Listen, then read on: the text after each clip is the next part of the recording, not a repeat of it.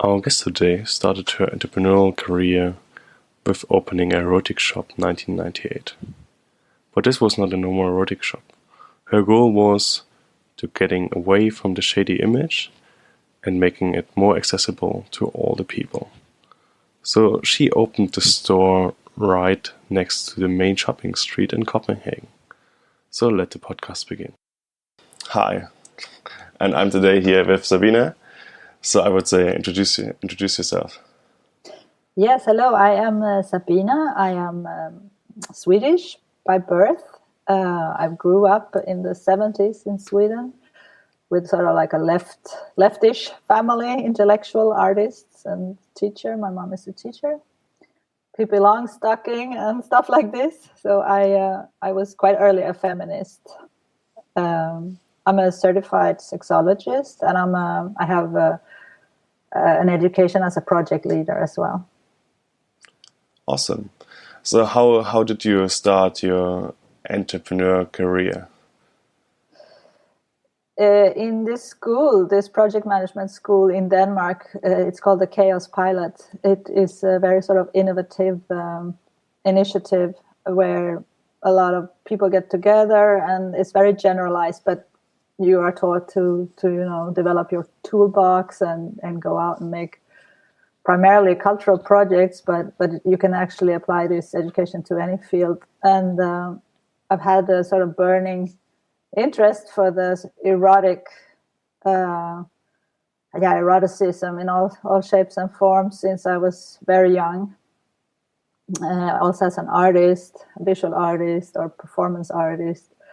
And I had a really good friend in this school, and she asked me if I wanted to start this business up with her, an erotic shop that was different. That was like for women, by women, with focus on more like knowledge and ethics. And for me, it was a lot about exploring the senses as well.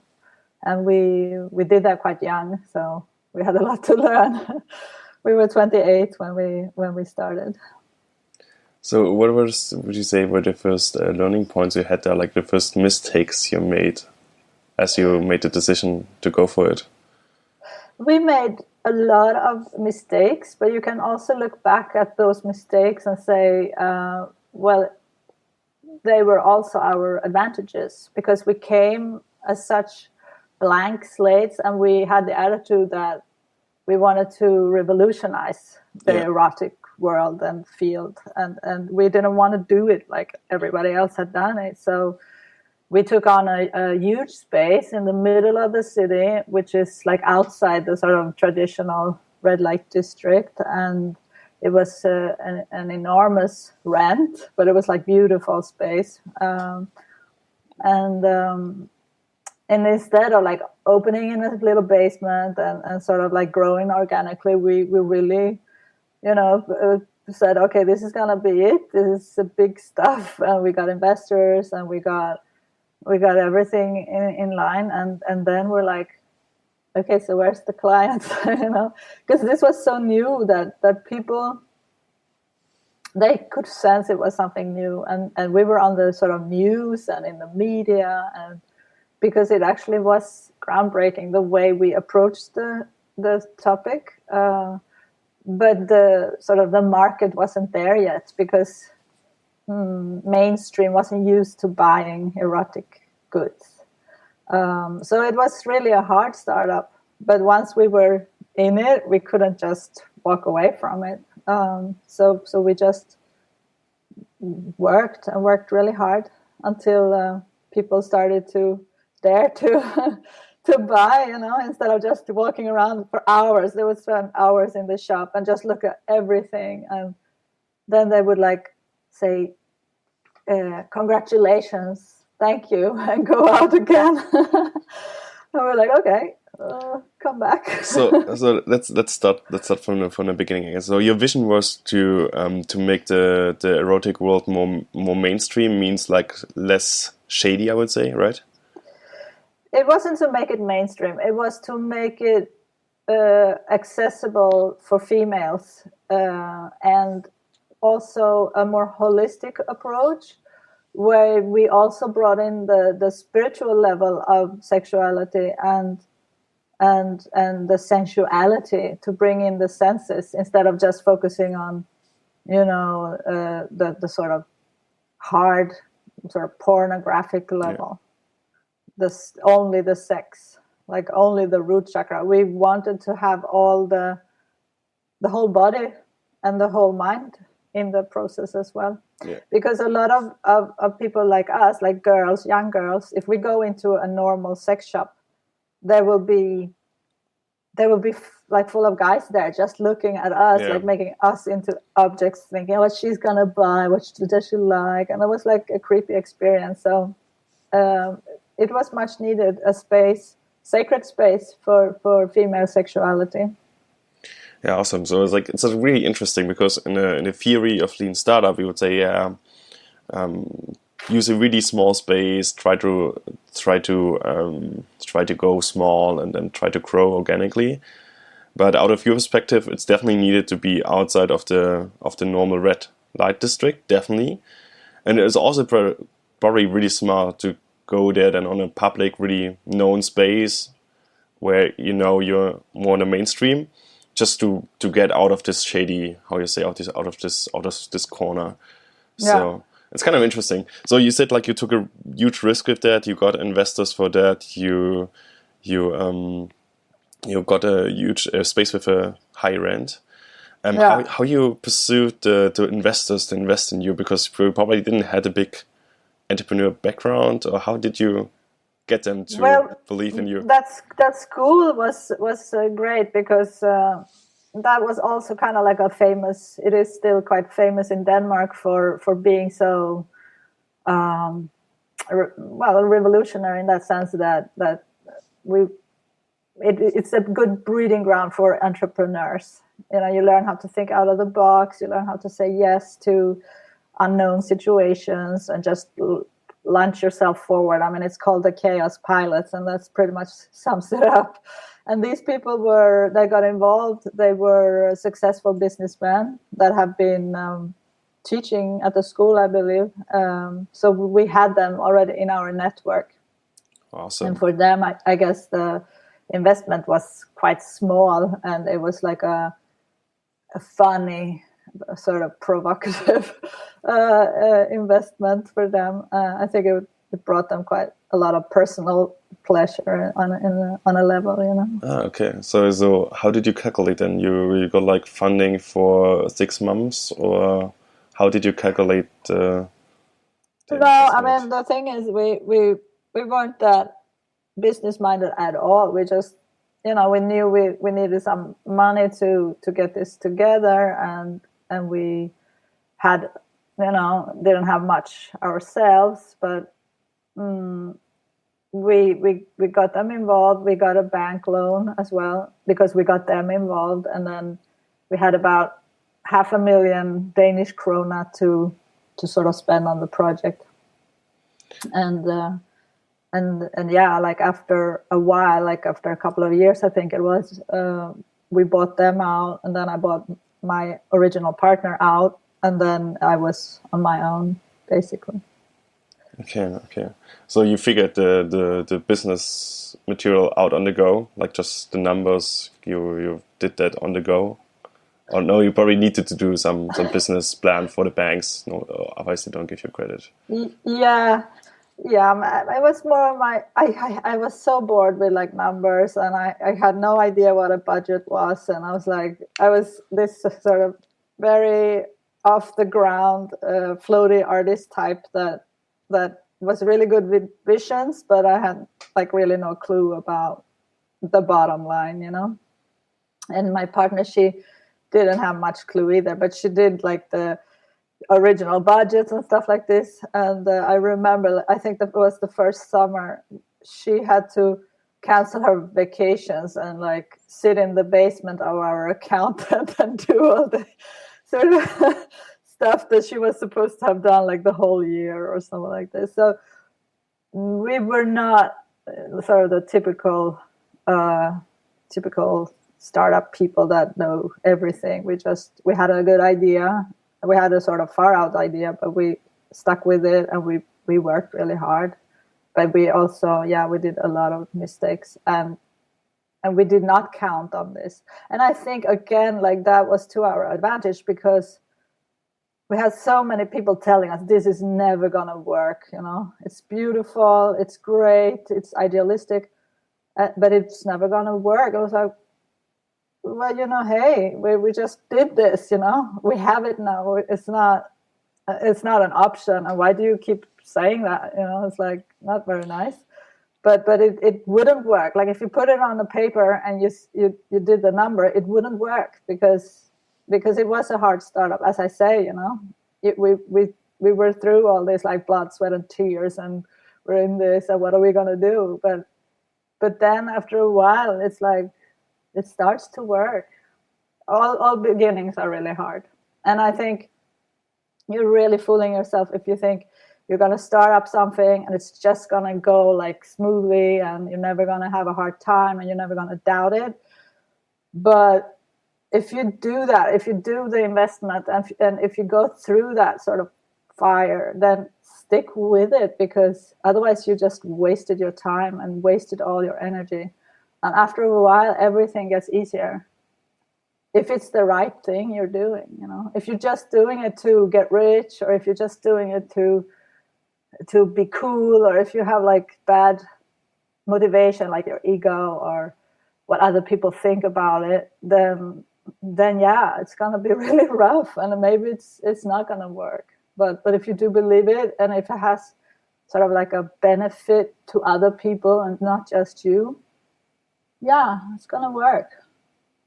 And don't listen to these sort of people telling you it's never gonna work, because they have their own reasons to say stuff like that. Maybe they're just jealous, maybe they just have a bad job, maybe they never had a good experience with dreams, maybe they never dared to dream. So I definitely agree with that like a vision is the core of any business. If you don't have a vision, kind of the soul is leaking. But let's go a bit more, go back in detail. So you got money to invest, you got the store, and then what happened afterward? It sounded like you had people coming into store because of the media attention you got, and then they just told you it's beautiful, but they didn't bought anything. Or what was then the next problem you faced?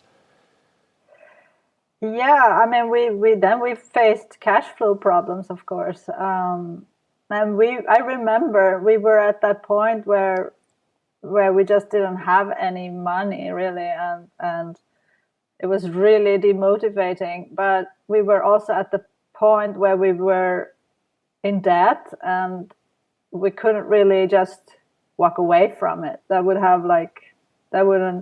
have good consequences for anybody, and so we just stuck with it, and we carried on, and slowly, things picked up, and the people that had been there and just checking it out, they came back and they bought something, and we were like massively in the media, and we started collaborating also with the Cancer Institute and the hospitals and the nurses and stuff like this. So we also sort of got into the community on a sort of medical level in a way, and so it was super interesting. It was not just a shop. We really felt that we were really filling out a need there. And it was so rewarding that it didn't matter if we could we just scraped by financially, but the reward of the gratitude was so immense that we had no doubt that we were doing the right thing. So did you got the media attention right away, or was it just with time building up, or you were in consistent flow of media attention? No, we got it right away because I remember we were on the national news like twice, and that was kind of weird, just you open a shop and you're on the national news. But then how media works, that you're like in one place and somebody hears it, and then they want to make their angle, and and we were like young women, and I was also doing a lot of like events and performances and stuff like this. So I was very active in sort of the subculture of Copenhagen, and met a lot of people. So we were sort of just penetrating the whole society. In a way. So and then you said like you got from the start a good customer flow in with the media intention? Did that work? So did you had kind of all the time people in the store? I said that we got that sort of visible, and people gain knowledge about our shop like that. It still took them a lot of sort of courage and time to become customers. But of course that was great. You know, if you can get media attention, then that's perfect, because it has a big impact, and also it's sort of legalizing the concept in a way. Yeah. Okay. So you had customers from the start. They kind of loved the store, but always told you it will never work, and then you just gave them time to, and then over time. It was actually mostly not so many the clients that said that. It was mostly our friends. Like they would come and they would like check it out, and they would drink the kava. Or we did a lot of events and stuff there also, and they would be like, "Yes, it's really cool, but you know, this is really difficult." I guess they just understood that it was sort of a mouthful that we had chewed off there. How long was the time until like it turned around? You said like in the beginning you got cash flow problems because you didn't sell enough. So I think about 1.5, 2 years, I would say, was for sure very difficult, and then it started to prosper more. What was your main tactic to survive this time? Because you got more money from the investors, or you used the money really well what you had, or? I mean, we just were really resourceful, and we'd worked hard. With, you know, to have a shop is hard work. You have to be there, and you have to give service. You have to show up and be giving, even if you're in a bad mood, or even if you feel like shit, you know.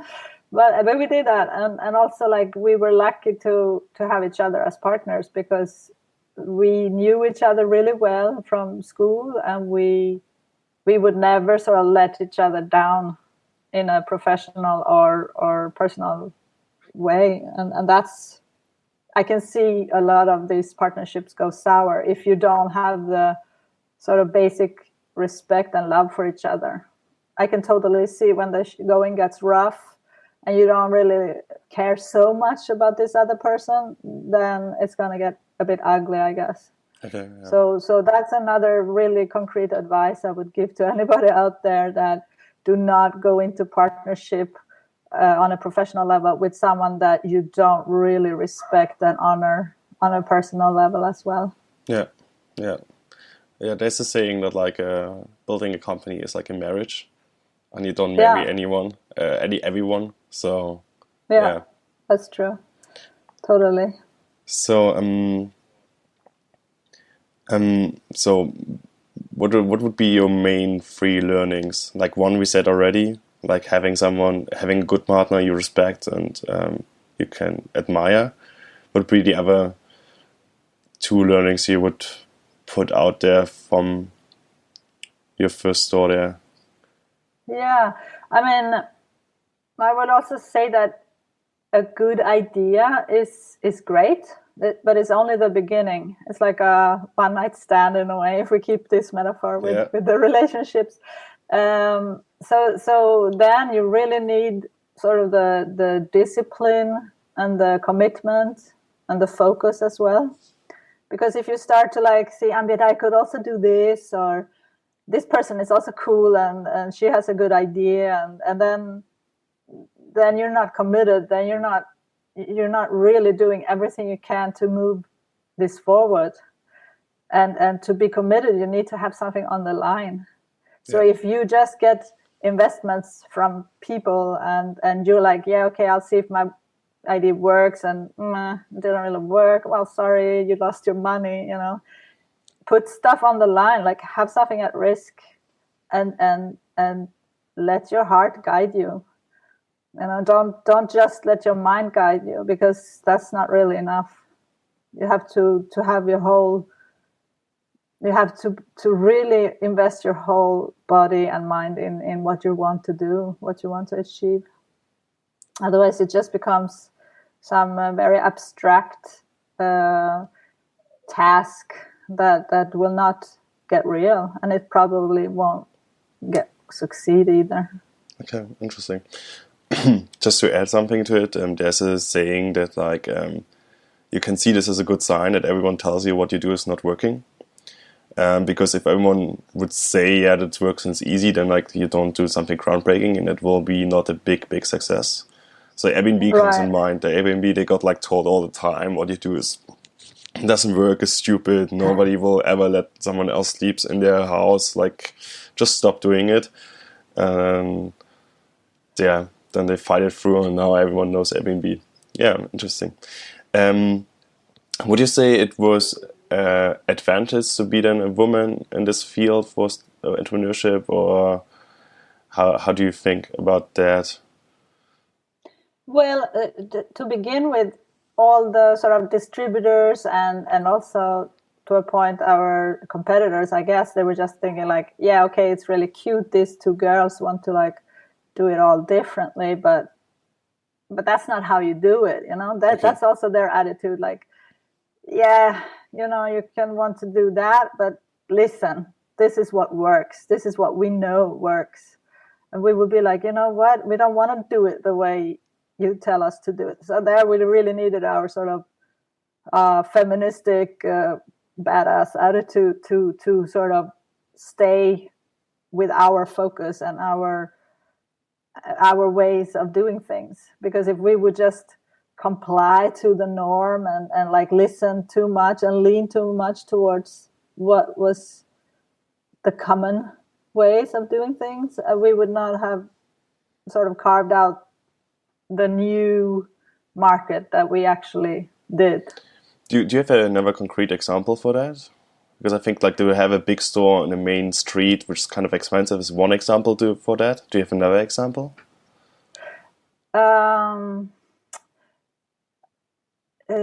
Well, I mean, it's mostly what I remember is mostly the distributor saying this product sells really well, and we were we don't want to sell that, it stinks and it's ugly, that's the kind of this whole all the pressure you get from sort of the common what's common.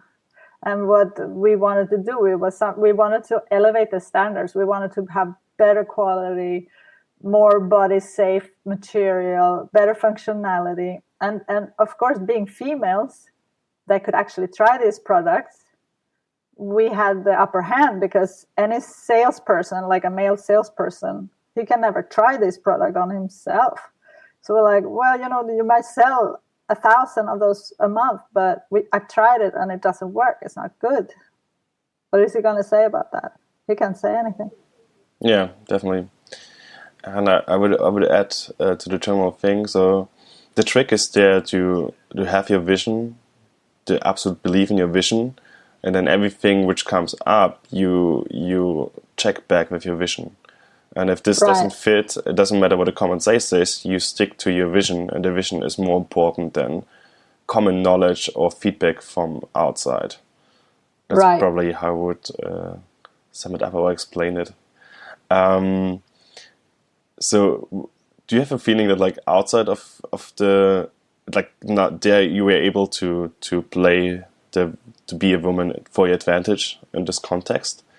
Do you have the experience where it was, out of your perspective, a disadvantage in the business world to be a woman?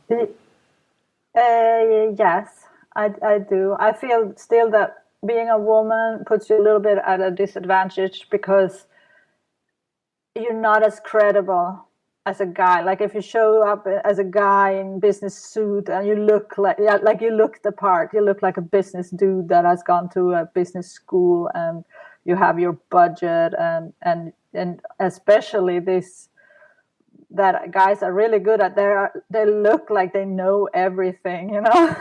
And females are more transparent, that they don't know everything. Okay. And this is a generalization, but this is I think a lot of people can agree to this, that maybe females are a little more open with their weaknesses in a business situation, unless she's like Margaret Thatcher wanting to be an alpha male, you know. Yeah. So that's that definitely brought out some sort of protective instincts with people around us, but it didn't like maybe tell them to okay, they know what they're doing, because mainly we didn't know exactly what we were doing. And another thing with the erotic industry is that there's a lot of prejudice against it. Like most banks will not have you as a client. Okay. Most insurance companies wouldn't be allowed to take us on as a client and stuff like this. So there was also that whole aspect we were up against. How did you solve that? Like, how did you solve this weird bank issue that they... We found a bank that was situated in the red light district in Copenhagen, and they knew for a fact like what good business it could be to have a good, erotic business. It's an and they were solution. The only ones that said yes. So we took that bank. That's an interesting. Like, you need to find a solution. It's a solution. And to the other point, you would just say you just count on the people which are protective of you guys and support you with that, or would you say, like, because it never sounds good to just pretend to be someone like an alpha woman which knows everything. So probably the best solution there is just stick with it and just trust in people, that you will find people which support you and honor you, that you are transparent and open with that. Exactly. Yeah. Be honest. Be authentic. Yeah. And again, like, rule with your heart. Steer with your heart. Don't just listen to anybody, you know, because then you'll get lost. You have to be the driver, but you have to also be open to input from people that have more experience or have a professionality that you don't have, you know. So there's always this processing of information to navigate in the direction that you want to go, but you cannot just give up your control, because this is your project and this is you driving this vehicle towards success, right? Yeah. Awesome. So then you started to travel. You traveled always. How was it then? Like, because then you said like you travel a lot, or you're like a travel person. So how this come up, or how this fits in the story? Right. Well, I mean, I guess I always loved traveling, but then having a shop, as I said, is kind of it ties you down. You have to be there. It's a very structured work. You are tied up in the shop in a way. It's like a cage. Yeah. But until you're lucky or successful enough to be able to hire people to help you and to stand there, and luckily I'm in that position today where I'm actually not in the shop anymore, and sometimes I miss it, but also like I've had that shop for 20 years, so I've been on the ground, like I've been doing this work for a long time. So now I'm enjoying the freedom, and I travel.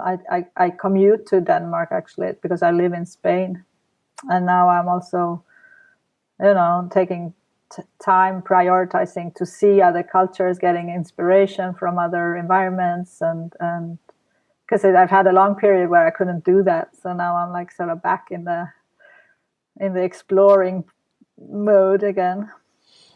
So how did you find trustful employees, or like employees which are reliable? Because that's like the main point. You need them. Employees you can absolutely rely on to go back from the... Well, this is a golden question, because I've had a lot of different people working with me, different types, and it is hard to find someone you can trust like entirely.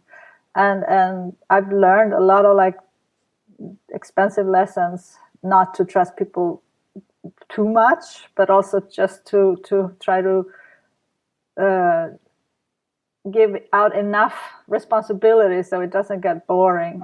But I'm still like, I still have control over the money part and the payment of bills and stuff like this, because I've had that other people doing that before, and it's like then you kind of lose control if you're not on top of these things. So you said like the main important things is like the paying the bills and buying stuff in. So that's the reason why you kept that.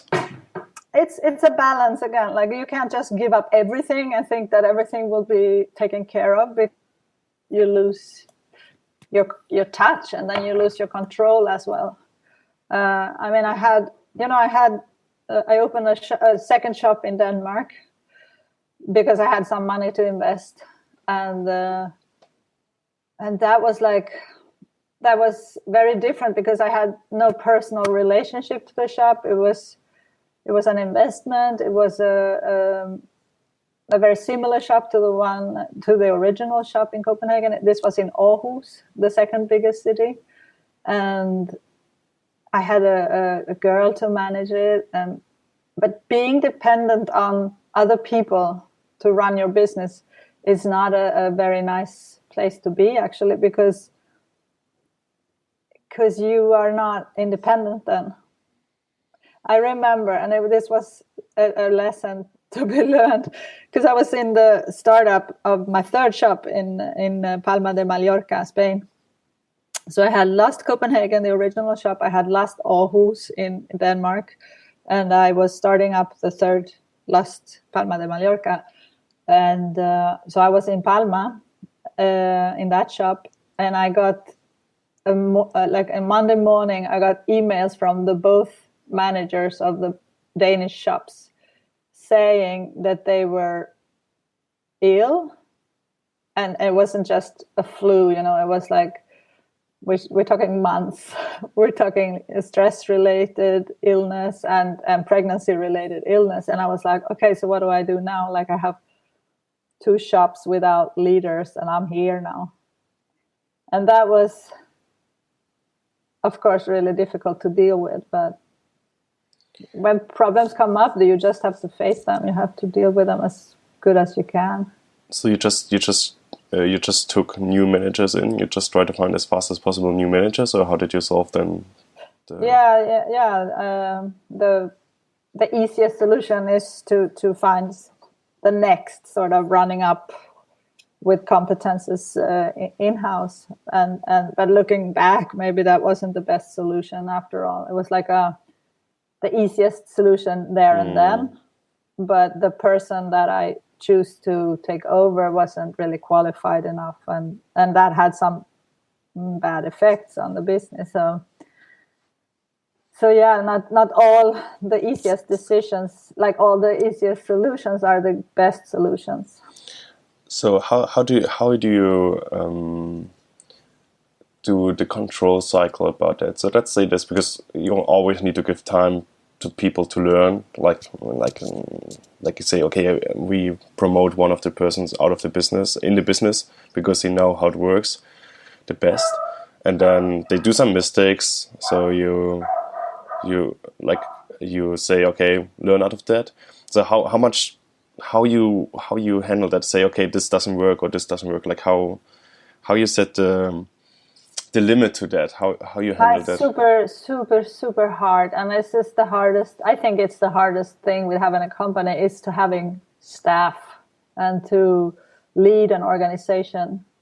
This is a science, because it's psychology. Everybody's very different.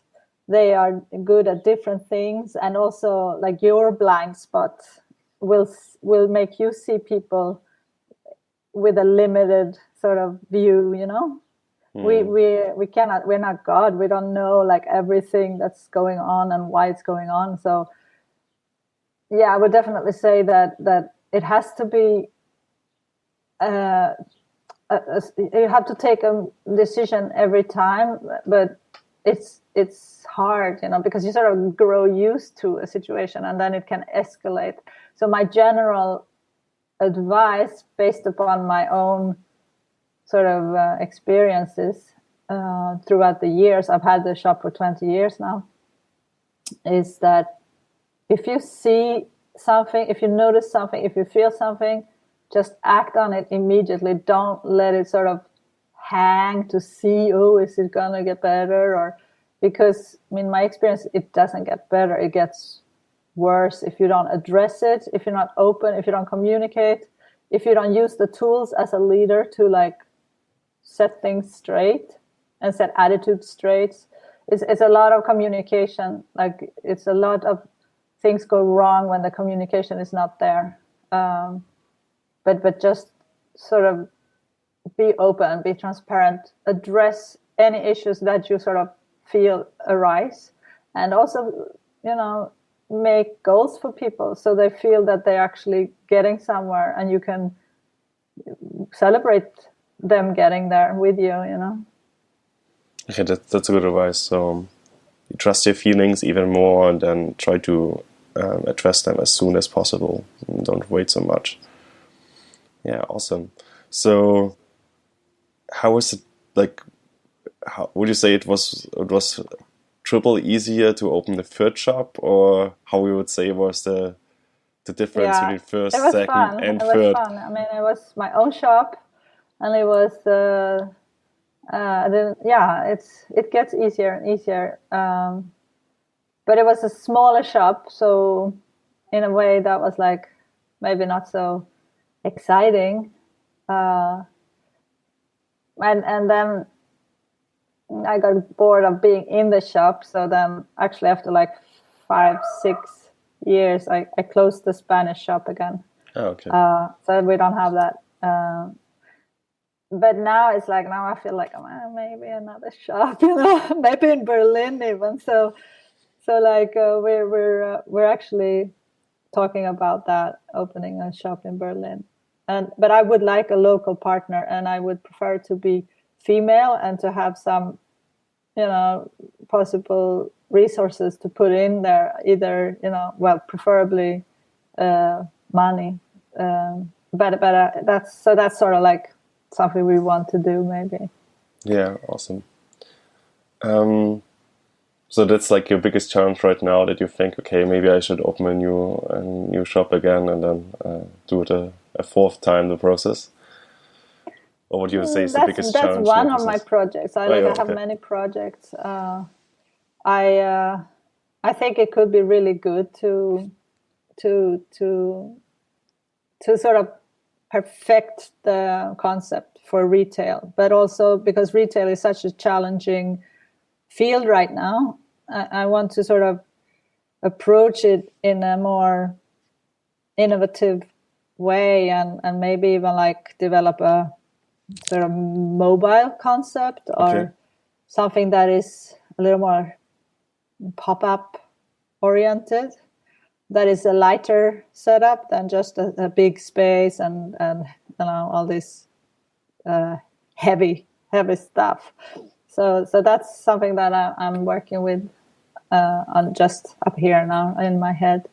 And then of course, there's always this, okay, where am I today and where do I want to go? Because one thing is to start something up and keep it running, but when it comes down to it, you need to give yourself new motivation and new challenges and feel that you're growing, right? And I'm at the point now where I can do this sort of in my sleep almost, I can open a shop and stand there and that's great, but I'm also feeling that, okay, now I should also look into where do I want to be in like 5 or 10 years, and I'm sort of moving towards the healing arts, but not just sexual healing, more on a general level, and to build a beautiful retreat, for example, or stuff like this, learning more tools to help people with their healing and self-development, which I have been doing, but again, very limited with their sexuality, you know. That's just one angle. Yeah, okay. We're healing on so many different levels, and we can help each other do that on many levels. Awesome. So, do you have a favorite book you want to recommend? Yeah, I mean, I read like a maniac, so my favorite books tend to like shift a lot, but there are some classics that are great and that I would recommend any book lover to read. And the latest one I read was A Little Life. Okay. By an author called Hania Yanagihara. A Little Life. That's a very beautiful, a bit tragic, but amazing book about some friends in New York. And then Donna Tartt is another author, so she's really good. She wrote a book called The Goldfinch. So those two, I would say, are really up there. Awesome. So the last question would be, if you could go back in time and give your 20-year-old self an advice, what you would say to your 20-year-old self?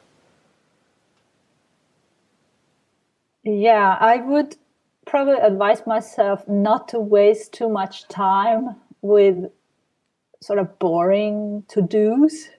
I would advise myself to stay very close to things and also people that I love and that inspire me. I know that now that life like really goes by quickly, and that you have to sort of always allow what's like igniting your fire and inspiration and fantasies to fill you up, because if you're just saying I put that off until tomorrow, there's no tomorrow, you know. Like, this is life right now, right here. Don't wait, just put yourself on the line and just try, you know. Maybe you fail, but at least you tried. There's nothing worse than just saying, oh, I didn't try that because I played it safe, you know. I wasn't like that when I was 20. I was really wild, so maybe that applies more to any general 20-year-old. But the one thing I also think is really important is to have some higher ideals to navigate after, you know, not just being egotistical or being driven by, you know, fame or fortune or this very kind of shallow motivations, but to bring in the best self you can be, and always sort of have some kind of love and compassion for yourself and other people with you. So you, at least, no matter what happens, you can like look back at your path and yourself and say, you know, you did your best. I love you. You know, yeah. There are so many people that don't really love themselves, and that's really important. You spend so much time with yourself this life, right? So be the best person for yourself you can be. With this awesome sentence, our podcast ends, and I'm looking forward to see you next time.